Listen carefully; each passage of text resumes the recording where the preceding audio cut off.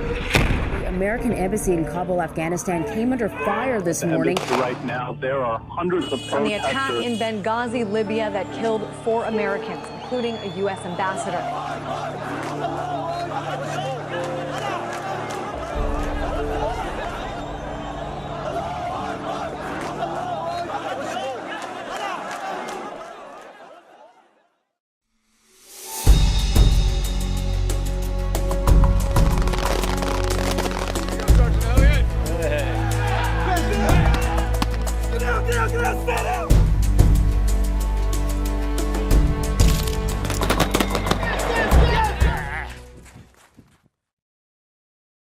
The detachment commanders and the watch centers both report in. We have almost 2 simultaneous courses running at the same time. The detachment commanders are the staff NCOs that lead the detachments at these embassies, and the watchstanders are the ones, the sergeant and below, who perform the day-to-day operations at the embassies. 193. And it's been a week long of shooting the M9, the M870 shotgun, and the M4. We do a great job here at MSG School, teaching the Marines how to train and use their weapons. My name is Sergeant Elliott, and I want to become a Marine security guard because I want to represent the Marine Corps worldwide. This MSG program allows me to be a small unit leader. In the event that we have someone that's very large, that needs to be controlled, subdued, a Marine of a smaller stature can use that baton in order to take down that subject and to control them, to remove them from the embassy. Stack, stack, stack. Response stations, we run Department of State tactics for our movement inside and outside of buildings. So we train all the Marines to those standards, whether they're going around corners, entering rooms, away from the sound of my voice. Searching for bombs, moving exterior outside the embassy if they had to, responding to the embassy. We have numerous stations set up to teach the Marines that, and they run through probably 40 plus hours of response training. When I was in Jamaica, we had gangs opening fire outside of the embassy, having gang fights. We had to respond to all those Marines. And it's the training that they had here at MSG School which prepared them for the situations they had to respond to.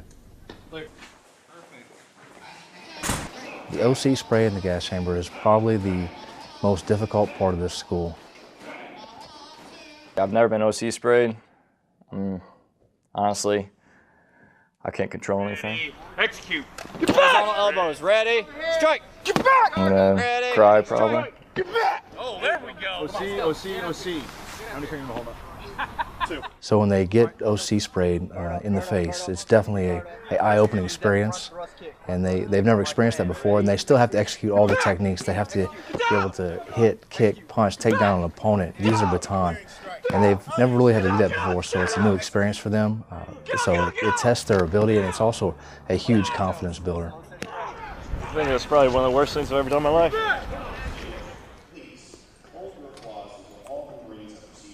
I received orders to Lisbon, Portugal. I'm actually really excited about it.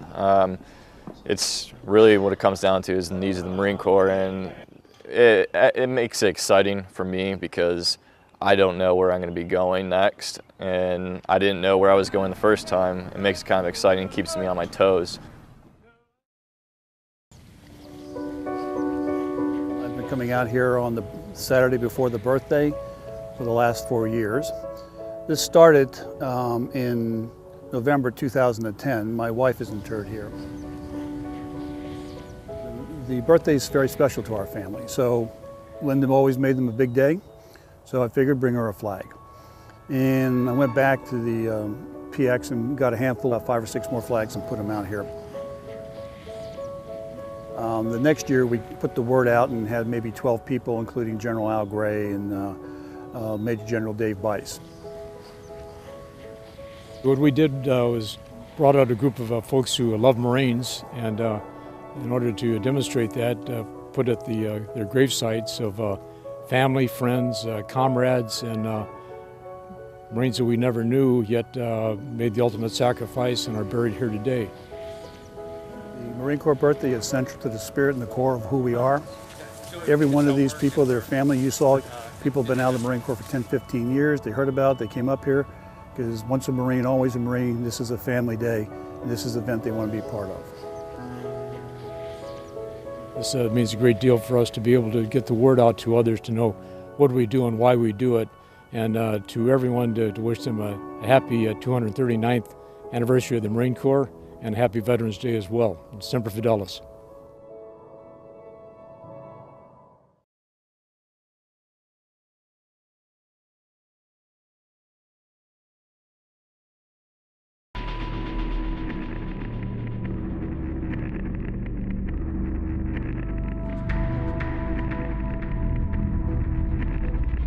Operational implications of exercise talent range apply to today's fight and to tomorrow's fight, and are a classic example of us fulfilling the Commandant's mandate.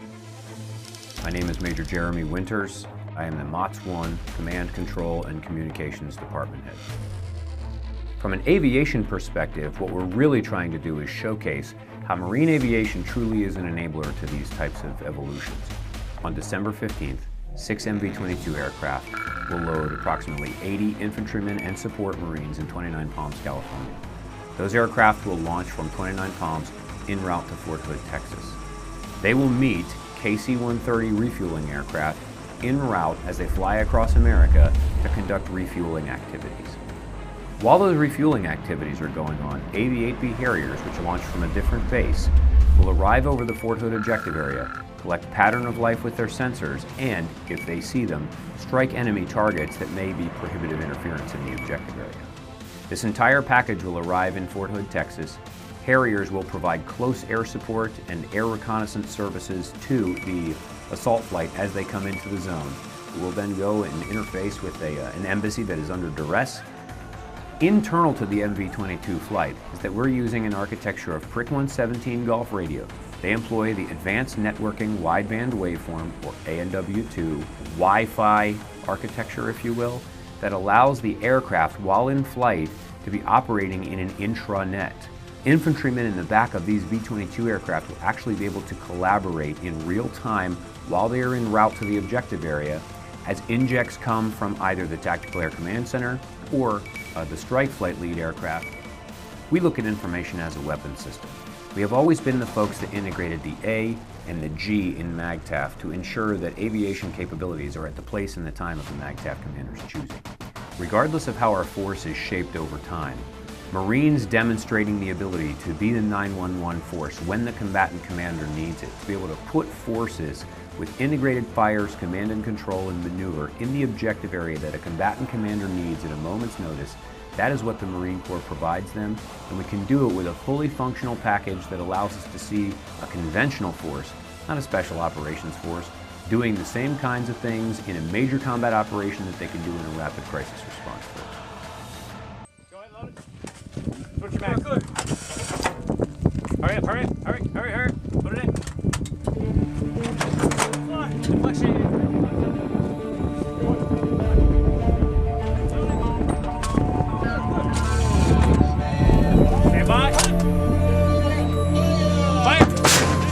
The purpose of this exercise is for us to provide indirect surface fire support in support of Weapons and Tactics Instructor course to certify the next generations of Weapons and Tactics instructors to the operating forces. I'm Captain Blake Johnston, the Battery Commander for Lima Battery, 2nd Battalion, 10th Marine Regiment. Now, the responsibilities of Marines in this position are quite ranged. They cover a variety of tasks out here. You have the 0811 Cannoneers on the gun line, driving the howitzer. Their mission is to employ the howitzer effectively and send the rounds down range. We have the Fire Direction Center Marines, who compute all the data accounting for the 5 requirements for accurate predictive fire, ensuring that steel lands on steel every time we shoot out here, providing accurate predictive fires. Number 1, number 2, and mission. The equipment and weapon system utilized in this exercise range from personal weapons, 240 machine guns, 155mm M777 howitzers. The M777 howitzer fires 155mm rounds. Projectile types include high explosive rounds, white phosphorus rounds, illumination rounds, and smoke rounds. The Marines positioned on OP feats are part of fire support teams for the company and battalion level. Their job is to integrate all fire support assets from 60s and 81mm mortars 777 howitzers, F-18, AV-8Bs, Hueys, and Cobras to maximize the combined arm effects in the field. What I take away from this exercise is that we can really hone our tradecraft to maximize our ability to integrate as Marines, achieve a true combined arms effect in support of the maneuver forces, to really project force and sustain it in any situation. So we can become professionals employing combined arms in support of maneuver forces. It brings the entire MAGTF together.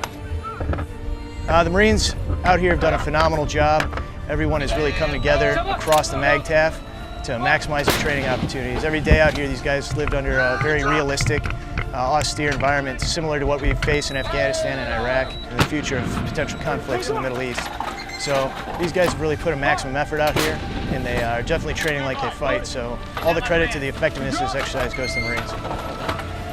Stand by. Let's go. Bar.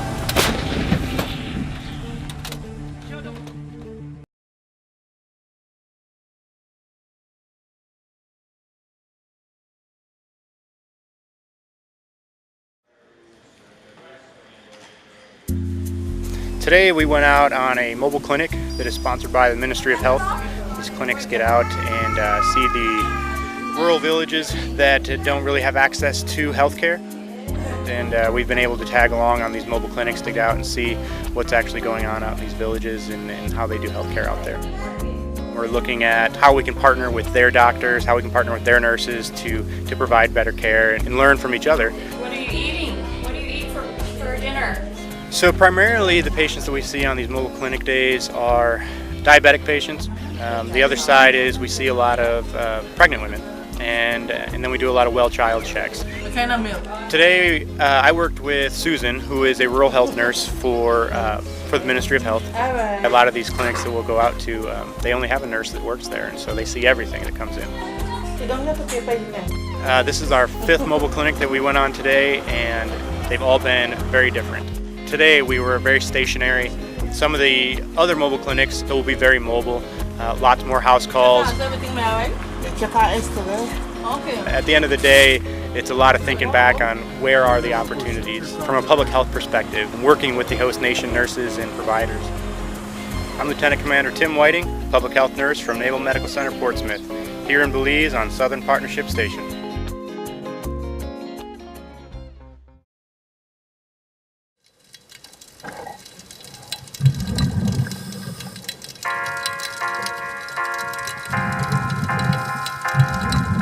This week we've been capturing different artifacts and structures of the USS Arizona and the USS Utah and generating 3D models.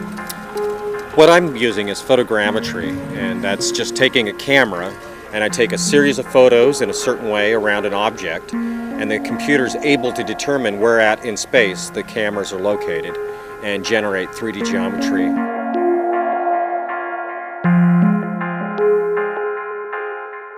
When I'm trying to capture something in 3D, I'm doing just like any other photographer would do, try and frame the shot. I have to have multiple shots of an area to be able to solve for 3D and just kind of go around and around and around. The more photos, the better. Some of the challenges we run into underwater, first of all, is you've got distortion with the water. You've got bubbles, you've got all kinds of different things that can affect the photos that you don't have above land. We've had some great success in capturing some models, Coke bottles, cooking pots, hatches, stairs. The value is I can show somebody a photograph of an artifact under the water, but inevitably they want to see what's on the other side, they want to see it from a different view. You can do that in a 3D digital model. Or if you 3D print it, somebody can actually hold something in their hand. While we do this pro bono, we're getting something out of it as well. The learning of the limits of our software or how we can better it. So I first got involved in this project just a little over a year ago. I have a real emotional connection to these ships in Pearl Harbor. I want to document them and help further the effort to educate people about what happened here. It's become a real personal thing of mine. It gives me goosebumps just to even be able to say that I took part in this. It's not one of those things you brag about and go tell everybody on Facebook, hey, guess what I'm doing? this is one of those things that inside you feel really good.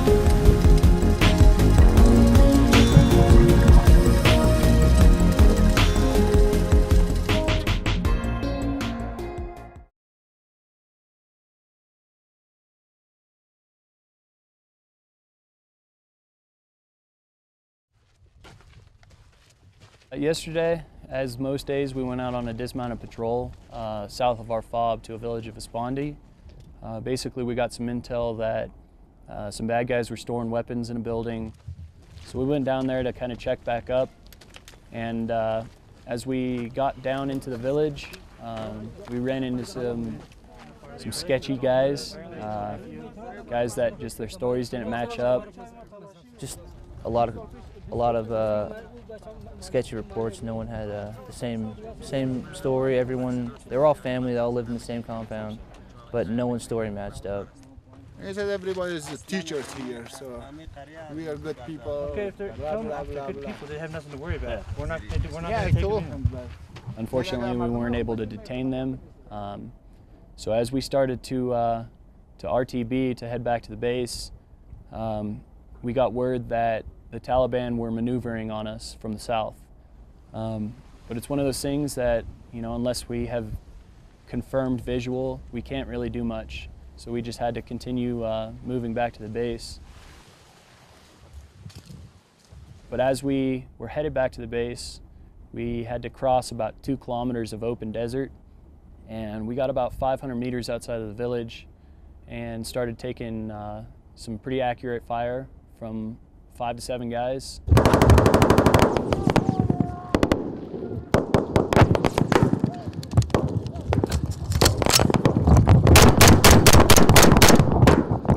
Just being in an open field with no cover, it's terrifying because, I mean, any possible round has a possible chance of hitting you.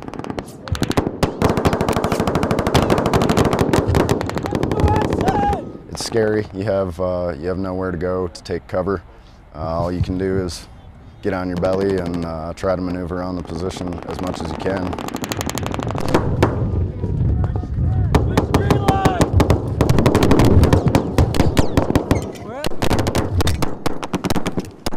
We were definitely in a huge open danger area, and there was no cover. I mean, there were people trying to find tire tracks to hide, to get a little bit of a defilade behind.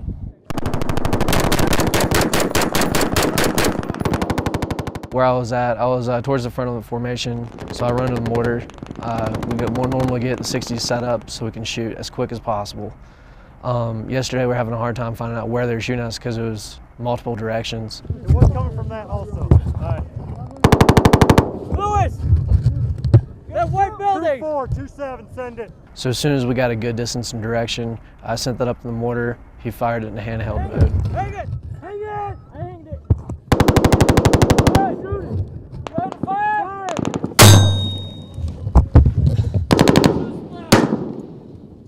Shortly after he fired a round, a 60mm round into each position, the fire ended.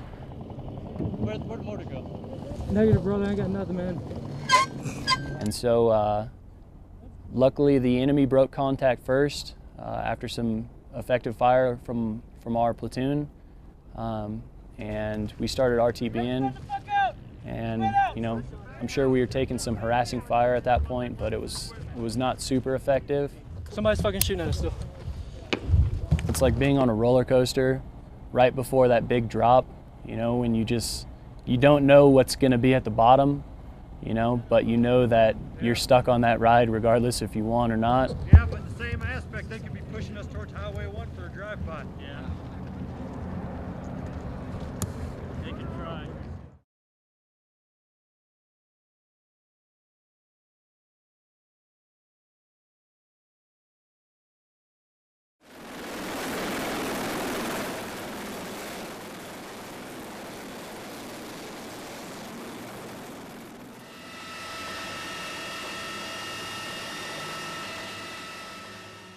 On October 27th, 1st Battalion, 2nd Marines, Weapons Company, parts of H&S Company, and Alpha Company were the last units to retrograde and withdraw out of Camp Leatherneck, Afghanistan, in a effectively closed down Marine Infantry Unit activity in Helmand Province. We had 2 companies in the battle space providing security, doing security patrols, disrupting enemy actions out there in the battle space.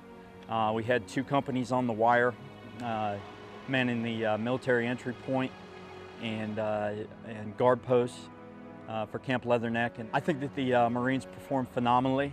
They did a great job. It's been a long workup and a long deployment, and to see everything come together and the amount of work that the Marines did, some of it was kind of monotonous, especially when you're standing post for 12 hours a day. It's not as exciting, but they did it. They were disciplined enough to keep their guard up. Nobody penetrated the wire while we were in charge of Camp Leatherneck and Bastion, and they did a phenomenal job. They worked very hard. I think what I would remember the most is just watching the small unit leader execute. The Marines did a phenomenal job operating independently. I couldn't see the Marines every day. They were all over the place. So just knowing that we transitioned from Afghanistan back home and turned over a better product to the Afghans, and knowing that the small unit leader is the one that got it accomplished was probably the best moment. The changes that I've seen in myself and the Marines is just our ability to work together. The Marines, when we first started, it was a little bit rough putting the team together. Marines were, a lot of new Marines. We weapons company in general gained a lot of Marines from within the battalion, so it was a little bit rough trying to make it a cohesive team that could accomplish the mission. So, but as they figured each other out, as the NCOs continued to develop, the Marines, the speed picked up. The Marines were able to accomplish the mission quickly. The whole deployment just kind of became smooth. The Marines did fabulous stuff, and the reason they came back the way they did is because they did the right things all the time. And it's a joy to be able to bring everybody back safely and soundly to their families. I think the biggest single takeaway is that we own a little bit of history, Marine Corps history. So being the last unit in Afghanistan, and not only being the last unit, but doing such a great job, I think 20 years from now, we'll look back at the history books, and we'll see 1, 2 in those books, and we'll be saying, hey, I was part of that. They own that. They'll carry that with them forever, I think.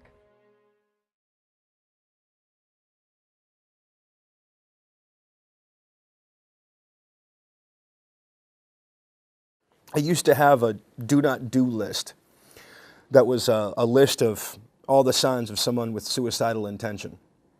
And I got away with it for quite some time. And in the days prior to that intervention, I slipped up. And Chief Petty Officer Herb Banks heard me say something that I didn't mean to say.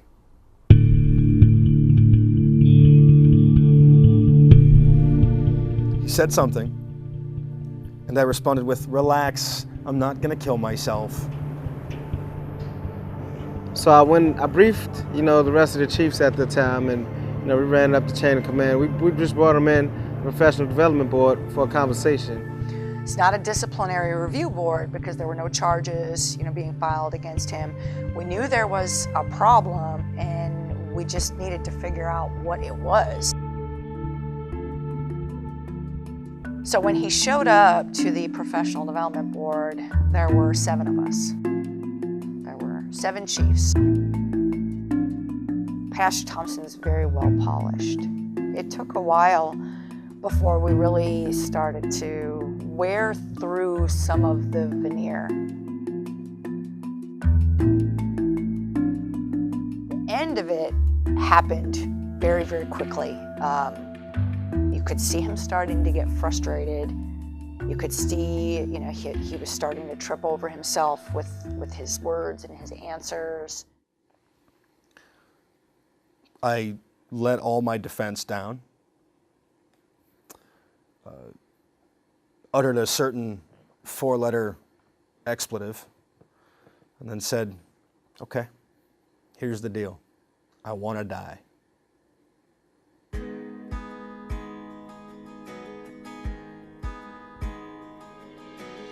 So, from a leadership perspective, at that point there were things that we had to do. I started notifying the members of our chain of command that he had vocalized a suicidal ideation. What happened that day was It was him wanting help, and we were able to give him the help we needed. So please don't make us out to be like heroes or anything like that. He's the biggest hero. He was as courageous as possible. He got my respect.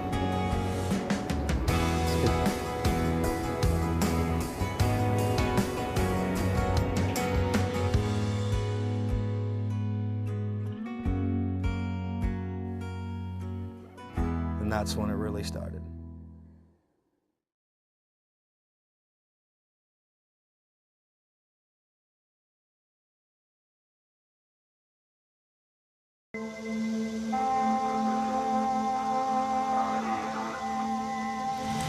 A SARC is pretty much the lifeline of the Marine Special Operations team. This weapon was my team, and the SARC was one of the parts of this weapon. It would be the buffer spring. And like the buffer spring, if one of the guys gets wounded, gets ejected from the fight, I'm the guy that's going to push him back in and give the team chief peace of mind. Being a SARC is being responsible for everything medical that goes on in the team, but also being able to perform as proficient as any other shooter. It's a 2-year-long pipeline, and anything can go wrong.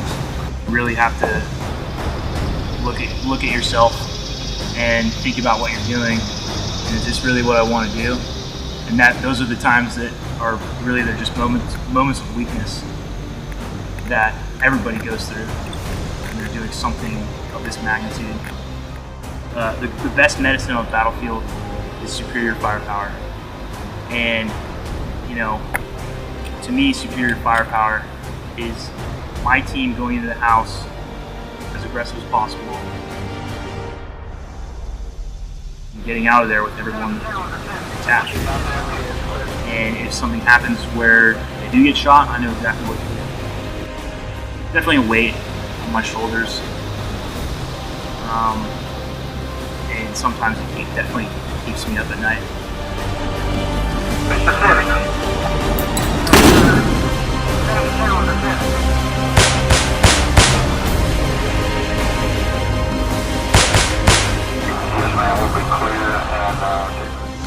Successfully treating a patient, that's really what you sign up for. Alright, did that hurt? But the added adrenaline when you get to do this stuff is actually pretty cool.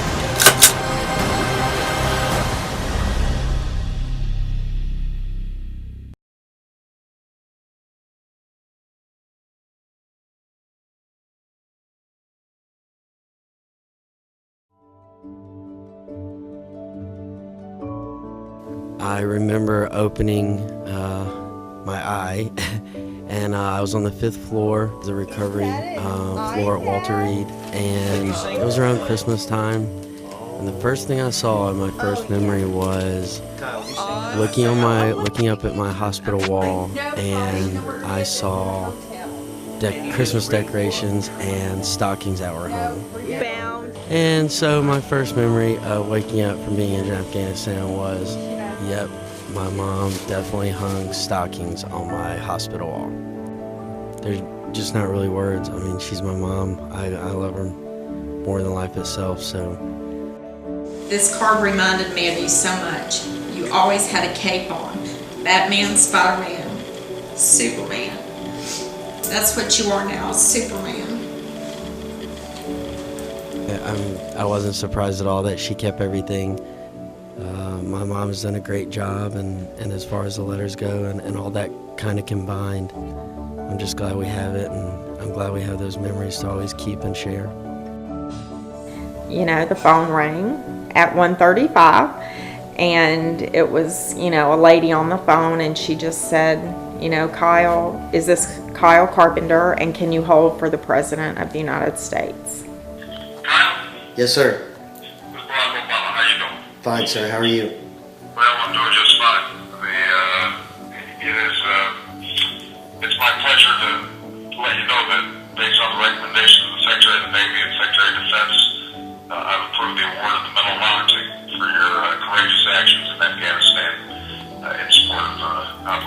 This isn't changing us, just good old family from middle of nowhere, South Carolina. So, you know, we're still the same people. Obviously the spotlight is on us right now and will be for a while. You know, I'm proud of what I did, but that doesn't define me. I'm more proud of just being a Marine.